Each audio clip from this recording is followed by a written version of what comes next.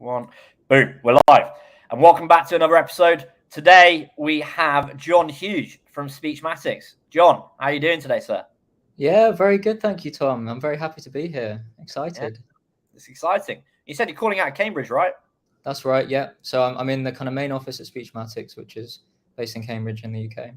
Nice. That's really cool. So maybe before we dive into it, because I really wanted to speak to you, we're looking around, and this is obviously the topics of what Speechmatics are involved in. And I met some of your team at the AI Summit, not this year, but last year, and it was really cool. Like I was doing like a little press meeting with them, seeing what you're building and seeing what you're doing, and they were speaking on one of the panels. So I think they were one of the sponsors of it, and it was really cool. But maybe before we dive into that kind of area, and I want to look at speech recognition, and I want to look at bias and all these different things that come around it. Maybe just give us a quick background on who you are and what you were saying. You went to university and were learning about these things, and you had an interest in machine learning. What drove you towards being in this kind of area and to your role in Speechmatics today, mate? Yeah. So I guess I studied engineering at Cambridge here, and I kind of knew early on that I wanted to go into machine learning, and I did a speech recognition based project in my fourth year. So like Speechmatics was a very good fit then when I kind of graduated. So I started here 3 years ago, and there was a team called AML, which stood for kind of applied machine learning at the time, and we were doing lots of research into self-supervised learning, which we're probably going to talk a lot about in this session. But we were essentially doing that research, and then a lot of what I was doing when I was starting here was getting that out into production, which we did at the end of last year. But yeah, now I'm a team lead in one of the machine learning teams, which is called the accuracy team. So we have kind of ownership of delivering accuracy gains across our 30 plus languages. So we're made up of machine learning engineers and data engineers. And we're also doing lots of research into end-to-end speech recognition as well, really kind of pushing that the accuracy and kind of inclusivity of our engine, basically. Yeah, cool. So maybe give some overview then. How does this all this work? Like, because obviously I've got a bit of an understanding, but people that might be joining us, we have people from in our audience from all sorts of different fields, and not necessarily in the AI or machine learning areas. They're more involved with VR, or they're more involved with smart cities and IoT. Maybe give us an idea of how speech recognition and what you're doing at Speechmatics can help people, like the end user or a business, and what kind of, maybe if you got some examples, I don't know, of just what speech recognition does and how it can help, and what you're seeing at Speechmatics. Sure, yeah. So I guess the first thing is Speechmatics provides the engine for doing automatic speech recognition. So you shove speech in, just an audio file in, and the output's the transcript just as text. And we also do all of this in real time, which is very useful for lots of kind of customers. Like say for example, you're kind of a media monitoring kind of company, and you want to get live triggers for someone saying something about your brand or something like this.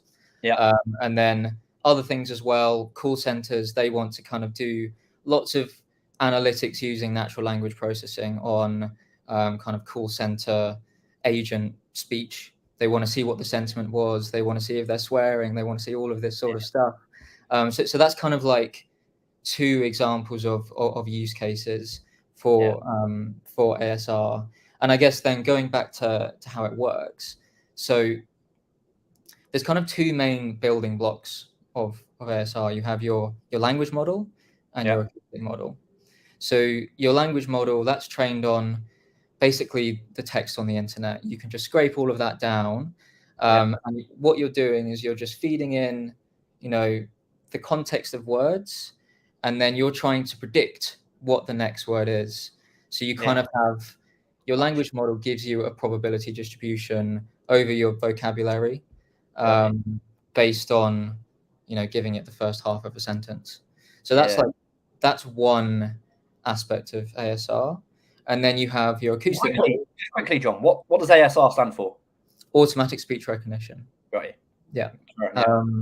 And then you have your acoustic model. So in that, you push your audio in. So usually, audio is sampled, well, you downsample it to 16 kilohertz. So there's 16,000 samples per second. And then this is like usually transformed into some sort of feature vector using like a fast Fourier transform. So you get these vectors at kind of like 100 per second that are maybe 40 to 80 dimensional. So that's kind of like the input. So you're in the frequency domain there. And then the output of that model is kind of telling you what's the unit of speech that you're kind of saying. So there's these things called phones, which you can kind of break down language into those units. So your acoustic model is telling you that. And then there's like this joining stage of the two. And you're doing like this big decode over thousands, tens of thousands or more possible sequences that someone could be saying. And those two models are giving you scores on like how probable those sequences are. And you're going to hopefully pick the right one. Yeah. And what kind of probability can you get? Like, is it like a confidence level, or is it kind of it has to learn through a model? How does that work? How much do you need to start doing like accurate predictions? Yeah, so there's definitely a confidence level around this. So you can actually look at what are the model's confidence of each word that you have in your output. Yeah. And obviously, when this thing starts to train, it's rubbish. They're all randomly initialized weights in these neural networks. It's just going to be completely random. And then obviously, as it sees more data, it's going to start to get more and more confident. But if it's like maybe types of data it hasn't seen before, it's gonna, the confidence is gonna drop. Does that kind of answer your question? Yeah, man, makes sense. Because I'm just wondering, because it's you're at a real peak time. I was just literally searching up just then, and it's changing a little bit depending on global or UK, but the amount of people using voice search at the moment, and obviously if these kind of companies, and if you're looking at it for customers and for businesses or whatever it might be that you use this information for, I'm just reading it now, and it's from Obolo, so that's quite a recommended site, or it's quite a verified site, and they were saying this is February 2022, more than a quarter, 27% of the global online population is using the voice search feature on their mobile devices on Google. That's wild. Like, how there's a bit of stigma behind it as well, right? Like, do you want to send voice notes, especially on sending it to friends? Like, it's like voice note, but it's all really important to use.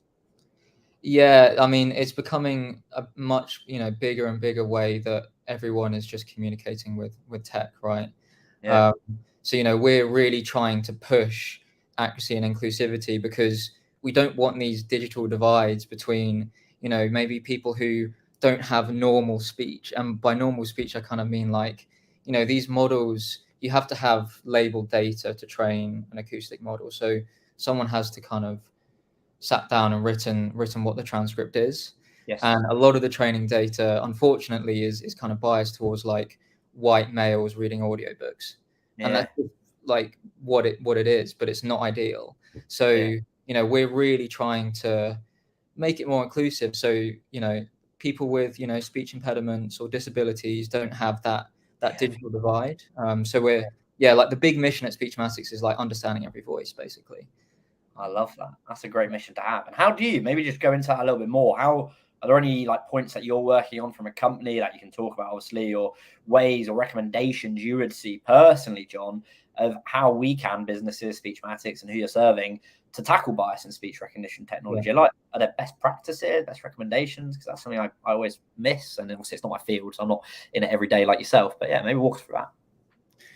Yeah, I mean, I can talk about more how we kind of solve it, and more about the project that I was involved with, the self-supervised learning aspect of it, because we found that significantly reduces bias in the system. It doesn't completely solve the problem. It's like we're on a journey here, and we're getting there. There's still a long way to go.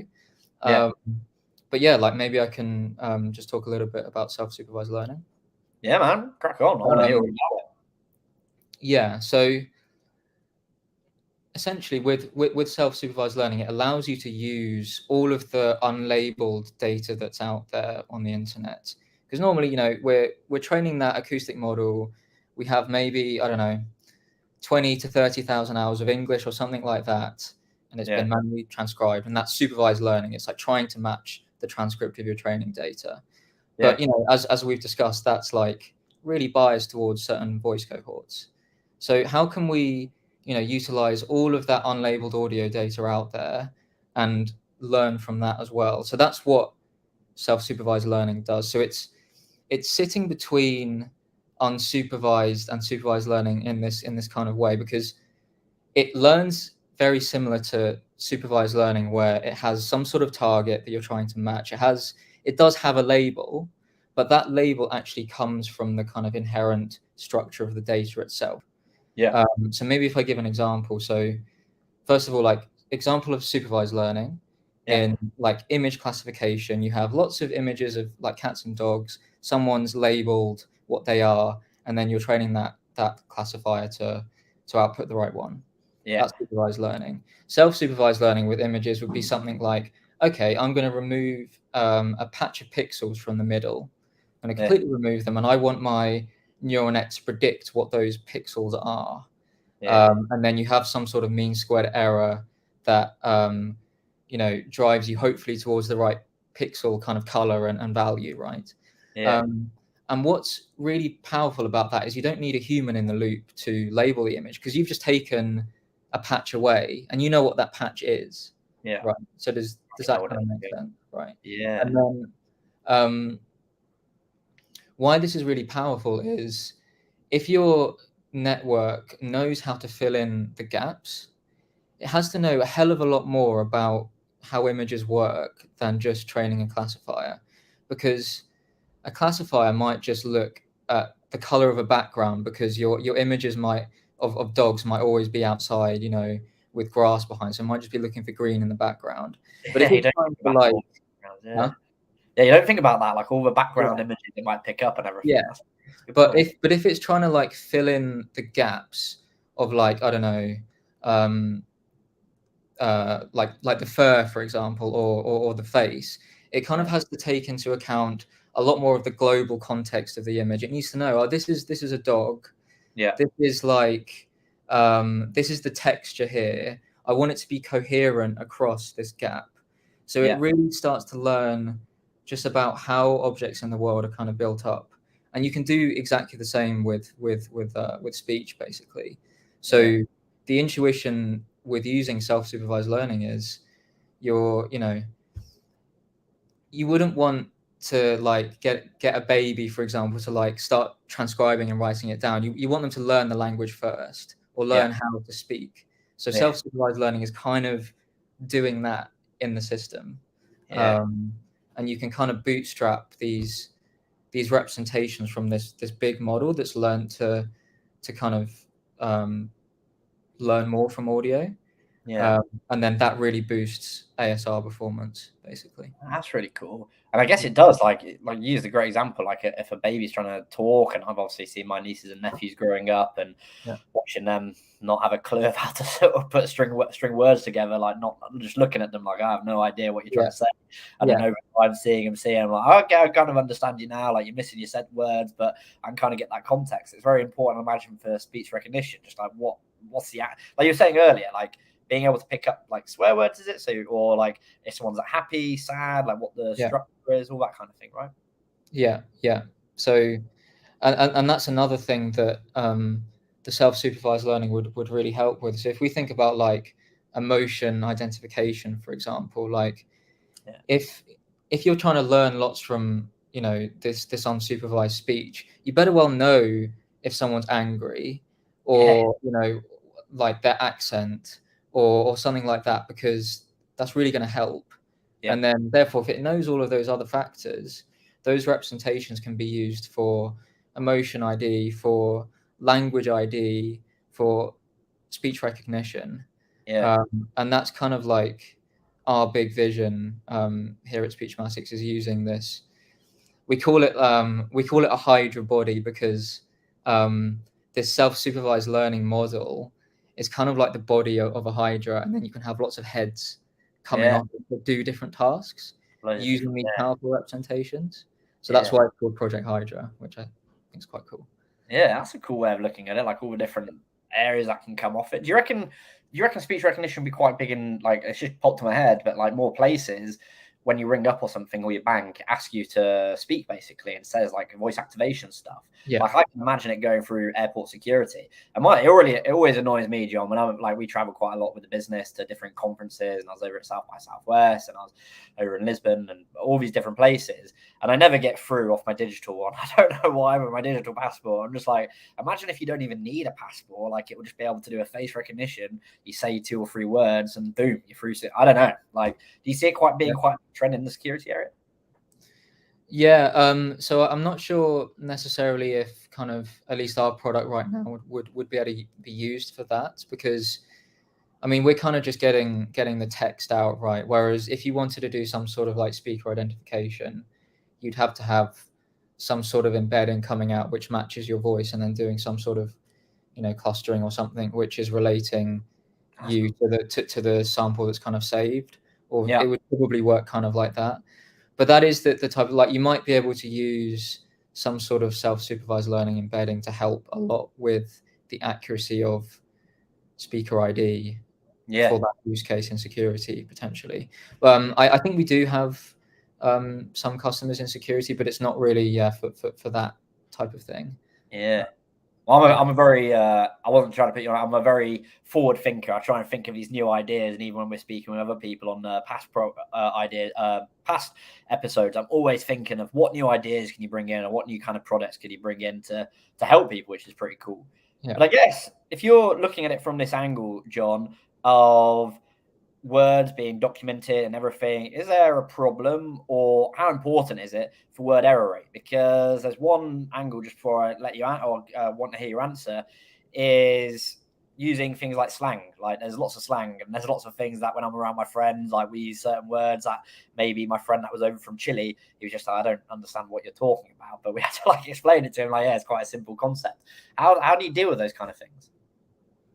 Yeah, there's so many problems. Not just slang, but word error rates. Yeah. There's so many problems with word error rate, unfortunately. So maybe if I just explain what that is. So word error rate is like the primary metric that we use in speech recognition to gauge the quality of the output. And essentially, what you do is you have some sort of reference transcript that someone's typed up, and then you have the output from your system, and you have to kind of do an alignment on that. So just in case like there's, you know, a huge area of deletions or insertions, you have to kind of know how the words line up, and then you can kind of go through and you can say, that's correct, that word, you know, they've used a different slang there, so that's a substitution.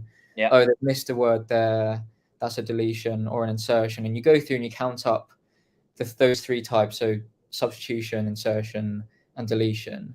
And then basically, you know, then it's just a proportion over the number of words in your reference, and then you get this word error rate. And this is what, you know, we use to make a lot of the research decisions. It's what you use to compare against other vendors. And yeah, but it has lots of problems, kind of like what you said, because I don't know if there's like gonna or going to, kind of slang. I mean, that's gonna, if you have that difference, that's instantly 2 errors. When actually, like, some people might want gonna, but a professional like subtitling people would probably want, you know, going to, or you know, you kind of see my point. Or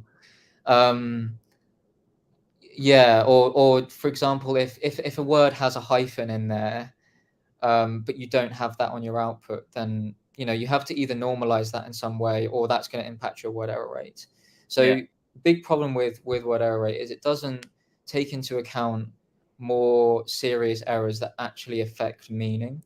Right. Like that going to thing, that is, like, for me, very, very minor impact, especially on meaning. But say you omit the word suspected before murderer, like suddenly, you know, the meaning is like completely different. Or if you change had to hadn't, you know, the sentiment there has been switched, and then suddenly, you know, that's a really, really bad output. So we're thinking about this problem, and, you know, a metric that can, you know, potentially replace word error rate is kind of like a beyond word error rate thing, where you can extract the loss of meaning in your transcripts, and we want to use that to make more meaningful research decisions or compare against competitors. And I think it would also be useful for anyone else who wants to gauge how good, speech recognition is, to use that type of metric. That's really cool. I don't think about, like, I don't know, just the amount of things that you're talking about. I don't think about it when I'm just speaking to a phone. But then if you're trying to read out that information and someone's thinking, well, what does this mean? You've just given a perfect example. It can lead the whole context, and one small error rate, I guess, can lead to a whole different outcome at quite a scale, if you're not careful. And that's exactly the type of error you want to avoid. And if we can, like, zero down on those rather than the kind of trivial ones that you don't care about, then that's where we want to fix. That's where we want to, make sure that we're being inclusive and accurate. That's a really important point, then, isn't it? We're, like, being inclusive, and people that might have speech difficulties, and making sure that they can still have access to these kind of tools, and making sure that they can still be included, which is a great point. So I like that. And there's a thing that I saw about what Speechmatics does, which is language model adaptations or adaptions. Is it? What is that? Before I've got a few questions around that, but give the audience a bit of an overview of what that is, how it's used, what it is at Speechmatics, all that kind of stuff. Yeah, so language model adaptation, or LMA. This is kind of, the technology's been around, like, for a long time. But basically, what you can do is you can take, for example, some finance text data, and I use finance just because they have lots of jargon in their text, right? I agree. So, like, sorry, say again. A lot of small print as well. Yeah. Oh, yeah, a lot. So, like, a general, like, speech recognition engine is probably, because it's been trained on everything else, it's probably going to be okay there, but it might miss out on some of those, jargon terms, just because they're really in the long tail of everything else. So, like, very low probability of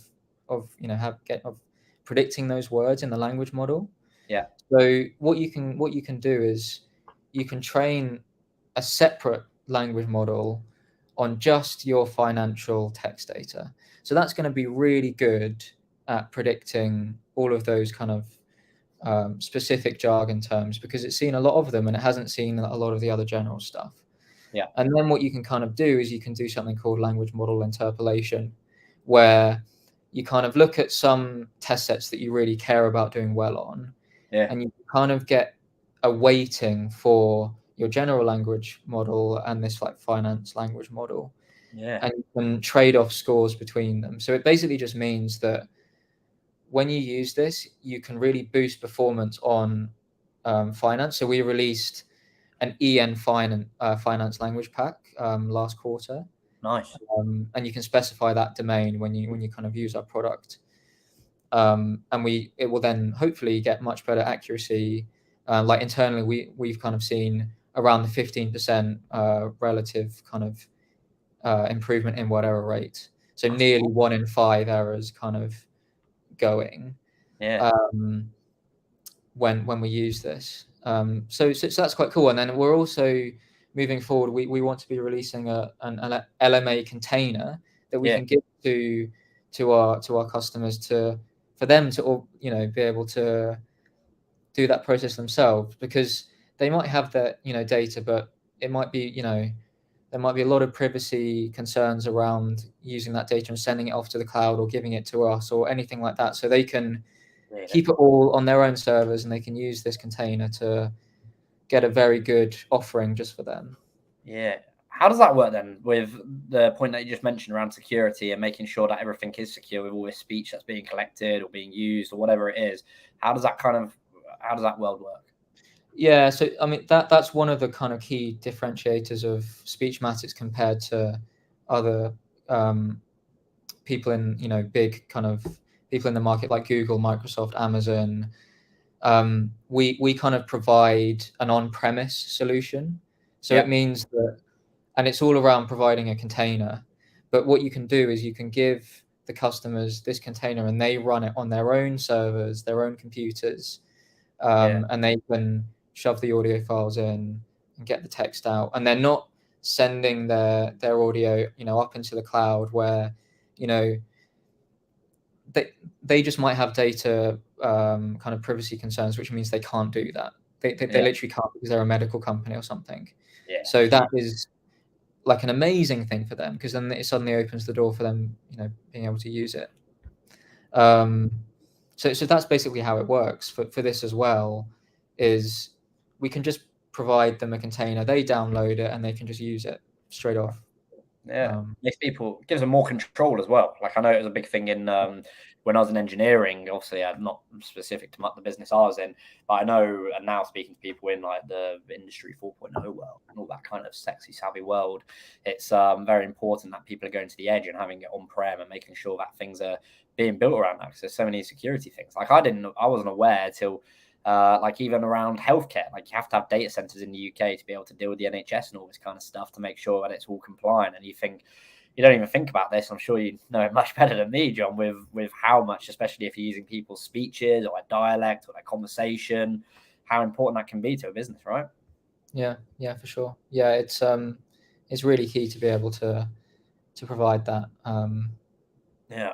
And maybe so you looked at the kind of benefits of that area, but maybe just touch in. You said was it 1 in 5 that the error rate was lowering from using LMAs? Yeah, I mean that's kind of what we've seen internally on some finance test sets. Yeah.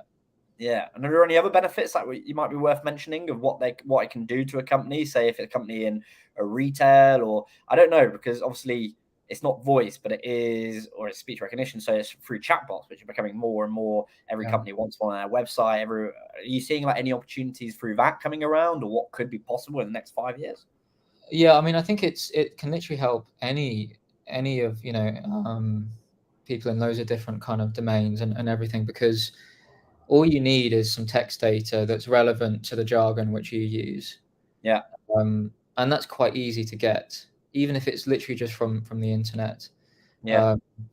And then as soon as you've got that, you can change, our core kind of general model to just be better for you. Yeah. And you can do that very easily and quickly. Yeah. And then it kind of means, that's then the most accurate offering you're going to get anywhere, because you're literally using your own data. So yeah, like it would help contact centers, customer relations, business intelligence, financial, medical, government, all of these, different areas. I'm sure they can kind of get together their own data. Yeah, no, that's really cool. And how does it tie in then? So if I'm looking at this, and just maybe walk me through this from my own personal view, if I'm using Speechmatics and I'm starting to think, okay, I want to analyze speech, I want to analyze text, and all these kind of different things, what you're doing with some very big brands that you got labeled on the website, what would that starting point look like? Would I use it like through an API or plug in, or would I give it to my data source? How does that work? Yeah, sure. Yeah, there's lots of different ways. So we now have a self-service portal. So this is probably how most people kind of get involved and actually test and see how accurate we are, because we are, the world's most accurate speech rec right now, which is really cool to say. So you can go on this self-service portal. You just go on our website and it's like try for free up the top. You sign up, and then you can drag and drop files on there, or it will give you kind of a curl command to put in your terminal to kind of send off an audio file. So that's one way you can quickly test something, but that's not good, obviously, if you want to actually start using it. So that's when, we have APIs for our SaaS. So again, on the website, you can find the documentation on this. But yeah, there's code there then for you to kind of set up your API key, send off your request to the cloud, and then you kind of you wait then for a response, and then you can grab it. And so you can set anything like that up in your application. Or if you want that on-premise solution, I think you get in touch, and then that's something that you can access from, a place where you can download the containers from, and you get a license, and then there's the documentation on literally how you pump audio through that. Love it, man. And you can have that in both batch and real time as well. For a lot of people, the real time is going to be really key.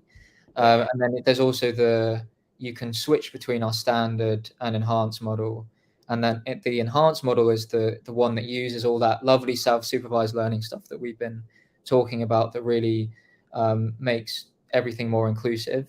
Yeah. It's a little bit slower, but you get, 30 to 40% relative uplift in word error rate. Yeah. So that's like 2 in 5 errors kind of bye-bye. Yeah. See you Which is later. really good. I like that, man.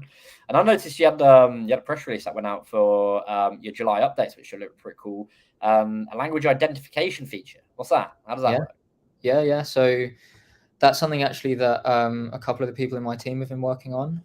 So shout out to Marcus and Hannes for that one. But essentially what this does, it's very simple. You just put an audio file in, and then it tells you what it thinks the language is, and you kind of get a confidence as well over the languages which we kind of that it's been trained on.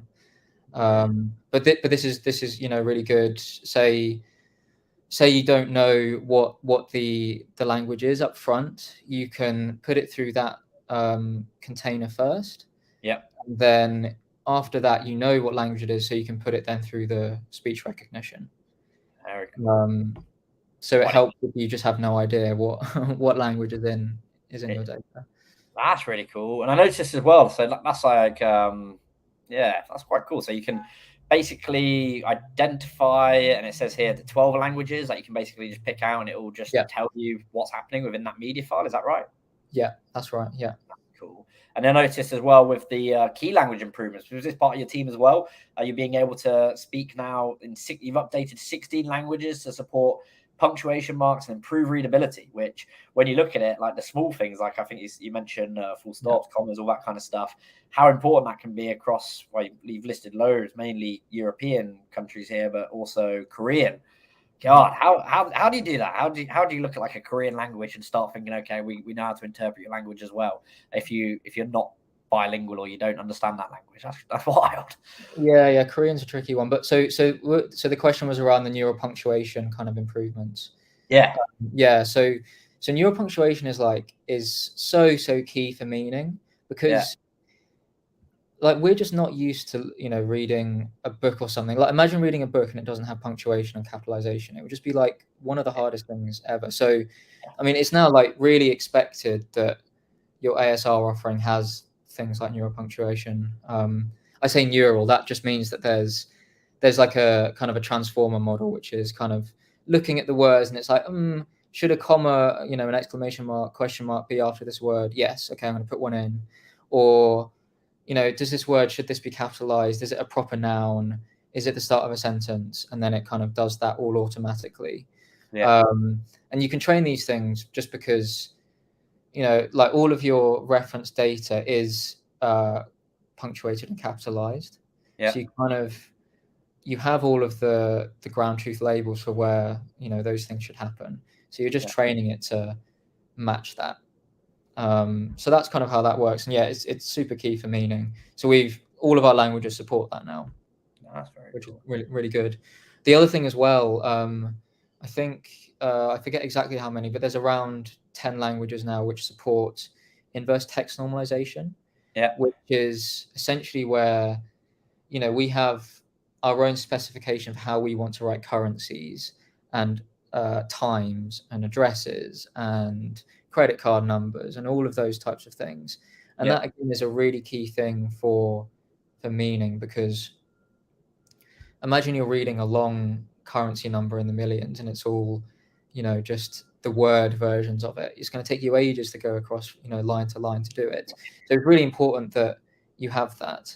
And our kind of, even in real time, our engine now is very robust against speaking a long number and a currency over a long period of time, but still being able to correct it back to the entity, because you kind of say like pounds at the end after saying the number, but the symbol has to go first, right? So it's kind of like you need to wait all the way until the end that you finish in order to update that entity. That's been a challenge that we've been solving, and that's another thing which really helps readability. To get people to understand it. because that's a big thing, isn't it? When you say like, oh yeah, it's 200, or as back to your point earlier around being a different language. So like I say sometimes quid, I'm like, oh yeah, it's £5 or whatever instead of £5. Like that now I'm picturing like the amount of problems that could probably cause. Exactly, like the models which, tag the correct entities as currency need to understand that quid is the same as pounds. Yeah. And then it needs to know then how to. There's two kind of stages. There's tagging and then verbalizing. So the tag is like, this is currency, Yeah. and then the verbalizing is, oh, I need to move like pounds to the start. Yeah. So there's like this 2-stage process, and that works for most languages. But it was interesting you brought up Korean. That's Yeah. one that's really, really difficult for ITN because all of those entities are really based on context. Yeah. Whereas in English, it's kind of not context like dependent. The only thing I can really think of off the top of my head is like, I weigh 100 pounds. Yeah. That's a bit of a tricky one because you need to know that you're talking about weighing yourself and not the currency. Yeah. But Korean, every single thing is context dependent. So Yeah. we're working on a more like neural approach to solve that, rather than, just kind of more of a rule-based system. Yeah, very cool, man. And that, you said your engine is that Aladdin? Is that the engine that you're using? Is that what it's called? Yeah, so Aladdin is the kind of the repository that we have all of our code for doing the data preparation, the training, and the testing of all of our models. Yeah. That's the language model we talked about, the acoustic model, neural punctuation, self-supervised learning, diarization, language ID. All of the training for that is in Aladdin. It's kind of using all the same tooling, so it's very quick for us now, to add new features because there's lots of boilerplate code that we can, put in.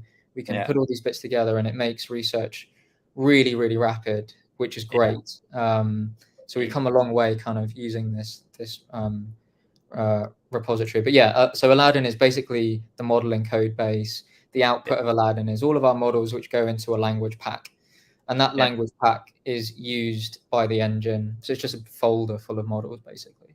I love that. That's what I love about machine learning, man. Like when you look at it, John, like the amount of once you've got a model or something, you just keep learning it and learning it and learning it and learning it. Like it's just a constant ongoing process, and it's just going to keep being better and better and learning. And I think that's the thing that gets me most excited around things like neural nets and deep learning and all that kind of jazz and machine learning. It's just that constant, continuous learning.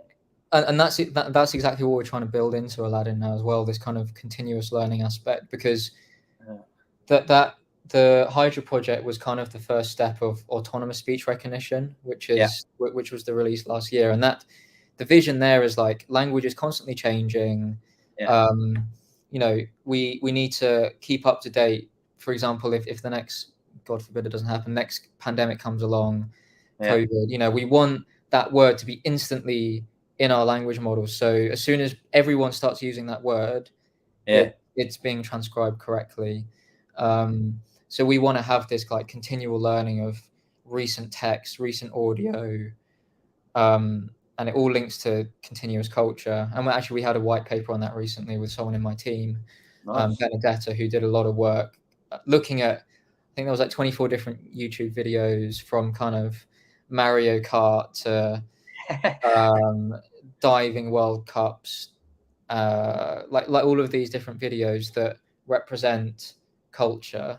And comparing that to kind of the YouTube captions and how, there's a lot of meaning being missed, and how, our kind of offering is really good there. But yeah, like definitely we're kind of laser focused on the continual learning stuff. I think it's very, very cool. Yeah, and how much it would be like changing, like you said, like through the years and stuff, and just noticing those kind of trends, or like the text change, or like when the pandemic hit, how much it changed, like the amount of information being used, because everyone had to go digital very quickly, or not everyone, but a lot of companies were forced to go remote very quickly, even if they didn't want to. And like that must have just put the input through the roof, I'd imagine. I don't know, I'm guessing, but I'd imagine all the kind of data or information or conversations or trends you'd be spotting would have been pretty interesting to look at. Yeah, I mean, now we're all remote, right? There's a lot more data out there being transcribed. a lot more data that you can get information from. It's definitely an interesting climate to be in, and I think it's probably helped move speech recognition forward more, just in everyone's kind of use cases. Day-to-day use and everything. We had someone tune in, so someone said from here, I can't see their name, sometimes this software does this to us, but it says, listening from holiday in Croatia right now, really impressed with the ITN demo a few months back, game changer for so many use cases, which is pretty cool to hear. So that's an interesting way of seeing what you're building there as well. That's really good to hear. Yeah, I mean, it's so key for if people, for example, they're expecting a phone number in a specific format so they can tag that in a call center discussion or something. Yeah. Better well be in that format. And this really ensures that it is. Yeah. That's really cool. And maybe just to finish off, because I'm really grateful for your time here today, John, but have you got any kind of, from your angles, either from Speechmatics or you personally, John, I always love to know what people are thinking. Obviously, you're in this role for a reason because you've clearly got passion for it.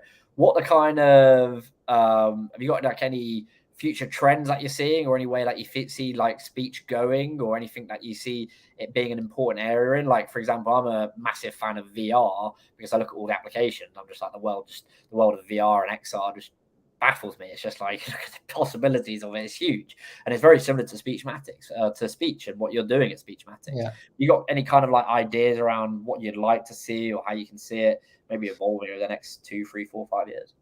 Yeah, I think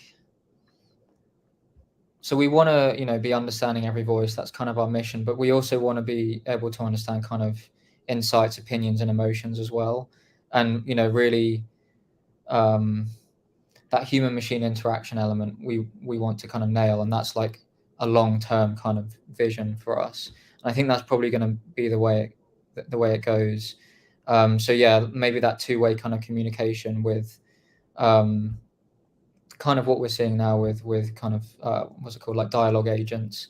I think it's going to go more in that direction, but that's still I think there's still a long way off actually being really, really good and understanding actually what you mean. Like, if you think about, you can't just ask Google Home and Alexa anything you want. It has to be like a specific format or command that it knows. But I think in the future, there's going to, utilizing large language models like, GPT-3 and Palm and all kind of things like that. Those things are incredibly, that they're world models that understand pretty much everything, and some of their capabilities with the few shot and zero shot learning is baffling. And I think utilizing those in these types of use cases is going to be incredibly interesting to see where that lands. I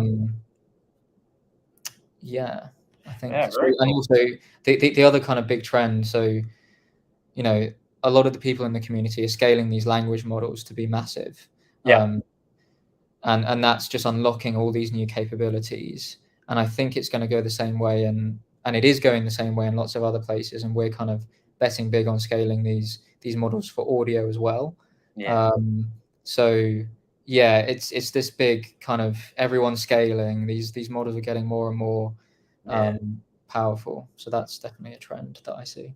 Yeah, scaling is such a big issue or big situation. Every company that we speak to, they're always or any business that wants to do well, it's like, okay, you got a great product, you got a great service, how do you scale it? And that's a key question I keep seeing come up in debates or conferences we go to, or how to scale a service, how to scale a product. Because if you can't scale it, it might be good to a handful, but how do you get it into the hands of more and more people? It's a big thing. It's a big challenge. We had one question here, so we kind of did touch on it, but Khaled Bassett, he said, "Hi, Khaled here. We work on local Urdu language AI models, which I'm not too familiar with them, but the difficulty we face are the different accents that Urdu is spoken in. How have you dealt with different accents in English?" So we kind of did touch on points around this, but I don't think we directly approached this. I don't know. What do you reckon, John? Yeah, it's a good question. So there's kind of two approaches, right? You can either train a separate model on every single accent. But we're kind of, again, betting on just general models that cope with all the accents.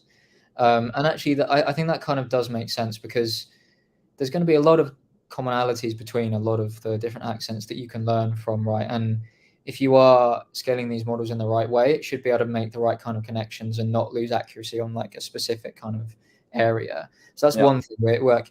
We have general models for accents in the same language. But then the second part is it really is linking back to self-supervised learning, because that model has been trained on millions of hours of unlabeled audio in loads of languages, and there's loads of different voices in there. That haven't had someone sit down and actually label them. Because of that model understands audio a hell of a lot better, and the representations from that help speech recognition a lot more. So for example, for that language that you're kind of looking into there, self-supervised learning is a way that you can improve actually across accents. But I think you were like, I think it was very specific on language modeling. I'm not sure if they were doing acoustic modeling as well. Language AI models difficulty face accents that Urdu is spoken in. So if it's accents, it must be audio. Yeah. So like our enhanced models, for example, if we did have that language, then would help across those accents. Yeah. That's awesome. Really appreciate answering, John. And one more question. So Julie, she's got a PhD by the looks of things, has said, have we mentioned how much text analytics is incorporated into the Speechmatics system? Which we have to a degree, but maybe you just want to, in case Julia missed it, just elaborate on that and just, let us know. So we do very little text analytics actually on the output of our system. We're very focused on just providing the best ASR engine we possibly can. So you just put the audio in, you get the text out. Like, it's down to the businesses that we sell to build the functionality on top of that. Using natural language processing to pick out sentiment or entities or other things like that. I mean, we do have some bits in the kind of API output, like, so we were talking about ITN. We have entities in there which it says that this is a numerical term, or this is a date, or this is a telephone number. But there isn't anything more built on top of that, just because that's usually what people using the product built on top.